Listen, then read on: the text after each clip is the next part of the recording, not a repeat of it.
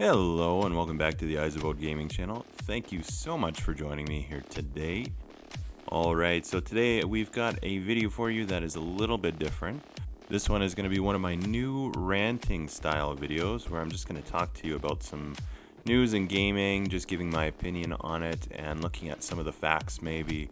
But mostly this is just going to be completely subjective. It's opinion, so try not to take it too seriously.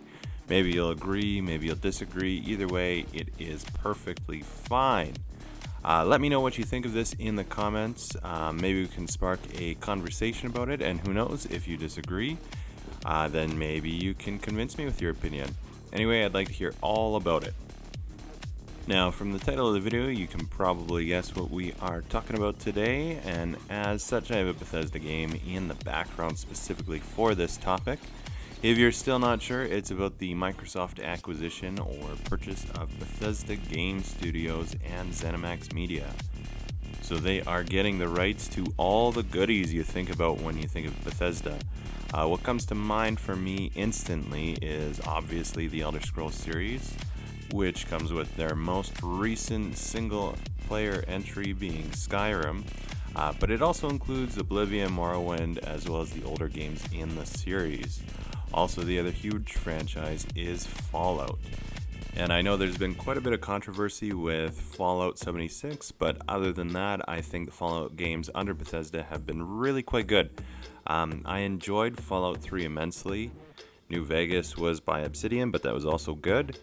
And I really enjoyed Fallout 4, which I know for some, even Fallout 4 is controversial. It had a lot of settlement building and sim rather than being the classic RPG, but personally I really liked it. I even remember back in Fallout 3, I used to collect followers with glitches and exploits and just taking advantage of different bugs to get multiple followers, and then I would set them up in a ruin or something and just take it over and essentially have my own settlement. So having this in Fallout 4 was really a cool feature for me.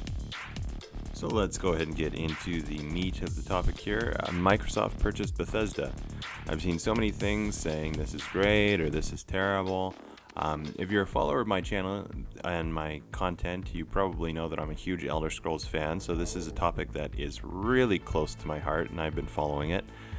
Something we also need to keep in mind is that Bethesda has been up for sale for years. So the people who own Bethesda and ZeniMax have been trying to sell off the studios for years, and there's been a ton of interest. Obviously, because they have some great series and many publishers would love to get their hands on it. So if we're considering whether or not Microsoft buying the company is a good thing, I think we need to keep that in mind, as it was going to be sold to someone. One company that I've heard quite a bit, which of course is just rumor, but it seems to have some merit, was EA. Now, I don't know about you, but I think if EA had acquired it, it would have absolutely been a bad thing.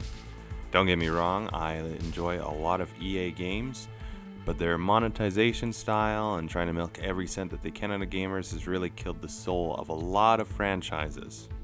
Let's never forget BioWare, and namely Mass Effect, one of the greatest franchises ever made. Look at Andromeda. I don't hate the game on its own, but when considering it's a Mass Effect game, it is extremely depressing. Compare Dragon Age Origins, which was made with mostly complete BioWare freedom, versus the Dragon Age sequels. There's really no compare. EA killed those franchises and took away the spirit of what made them great. So clearly the potential of other publishers buying them would have been in some ways a terrible possibility. But what about Microsoft's track record? So they bought Compulsion Games, who made We Happy Few, which I haven't actually played, but the trial seemed rather good. It seems to have gained some very mixed reviews online though, so I'm not too sure about that one. They've also purchased In Exile, who make Wasteland, which personally I think is a great game, and without Microsoft, they didn't have the money to keep developing. So it was great that they basically came in and saved them from bankruptcy. And really, they seem to allow the publisher to keep most of the creative freedom, which is good. Ninja Theory, who make Hellblade: Senua's Sacrifice, this one also seems to be rather mixed online. I am actually currently playing this game, and honestly, I think it is pretty good. I'd say it's not a typical game, so I understand why it has a mixed opinion. But if you're open-minded and looking for something that's not so hardcore, it's pretty good. They also purchased Obsidian, which has always been a fan favorite, but lacked funds as well. They're basically on the verge of bankruptcy, from what I understand, so it's nice to see that they have been given a new life. They made Outer Worlds recently, which I have not gotten a chance to play yet either. There's some mixed feeling about that one too, but overall has some really good reviews. And to me, it looks like a great game, and I'm definitely excited to try it. The big takeaway for me, and the one thing that seems to come up over and over and over, is that the developers that have been purchased got to keep a lot of the creative freedoms from what I've heard. This seems to be a common theme, which we will get back to. So overall, there's been some good games and some mixed ones. A lot of the developers which Microsoft has bought, though, have been quite small and almost indie in some cases. They're usually either near bankruptcy, but still creating some very cult classic style games, very niche games. What I love about this is that it's clear that Microsoft has absolutely no problem in taking risks with developers. One thing that I loved Bethesda is the older games were definitely niche, but I absolutely loved them. Over the years, they've gotten more and more mainstream, trying to appeal to a larger audience.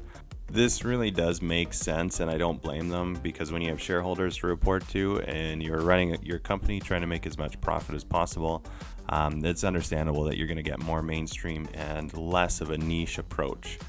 I think that Microsoft has been taking the approach of trying to build their libraries as big as possible and allowing developers creative freedoms, but also giving them the capital that they need in order to complete their projects. I'm actually very optimistic and hopeful that this new stage for Bethesda could be a chance that they need to be renewed. They finally have the financial backing that they need and should hopefully get the same creative freedom that we've seen from the other developers, and we could actually end up seeing a resurgence of the old style Bethesda game. But again, this is just my opinion, and I really want to stay optimistic, so that could be biasing my opinion on it. Let me know down in the comments what you think of this new possibility for Bethesda, if you think the purchase is a good thing or what the potential problems could be. Also, let me know what you think of these kinds of videos. Do you like these rants, or do you prefer the other style? So basically my reviews or let's plays, my usual videos. Either way, I hope that you found this one enjoyable. Thanks for watching, and until next time, take care.